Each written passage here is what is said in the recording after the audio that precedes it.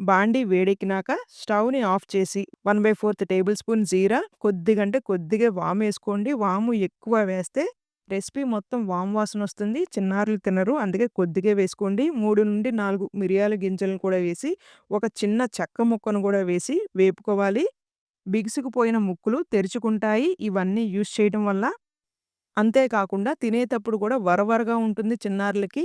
గొంతులో నుండి అలా పాస్ అవుతున్నప్పుడు గొంతు దగ్గర హాయిగా ఉంటుంది. చిన్నారులకి రెసిపీ చాలా బాగా నచ్చుతుంది. ఇవన్నీ చల్లారినాక జార్‌లో వేసుకొని 1 లేదా 2 వెల్లుల్లి రెబ్బలను కూడా వేసి గ్రైండ్ చేసుకోండి. అదే గిన్నెలో 2 టేబుల్ స్పూన్స్ ఓట్స్‌ని వేపుకోవాలి.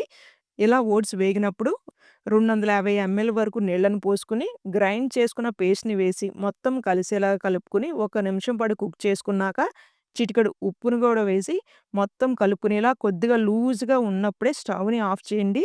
చల్లారిపోతే బిసిపోతుంది. చల్లారినాక మీ చిన్నారులకి ఇలా లూజ్‌గా ఉంటేనే పెట్టండి. ఒకవేళ లూజ్‌గా లేకపోతే కొద్దిగా గోరువెచ్చని నీళ్ళని పోసుకొని లూజ్‌గా చేసుకొని చిన్నారులకైతే పెట్టండి.